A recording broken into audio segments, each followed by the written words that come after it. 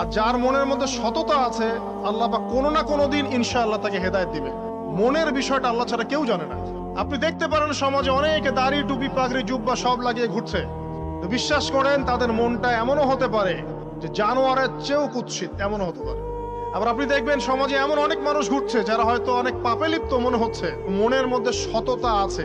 এমন অনেক মানুষকে আমরা দেখেছি যে ড্রাগ অ্যাডিক্টেড ছিল, মিউজিক করেছে, হারাম সম্পর্কের মধ্যে ছিল, নামাজ ঠিক মতো পড়ে নাই, কিন্তু যখনই আল্লাহর কথা আলোচনা হতো দেখতাম সে খুবই শান্তভাবে মন থেকে কথা শুনছে।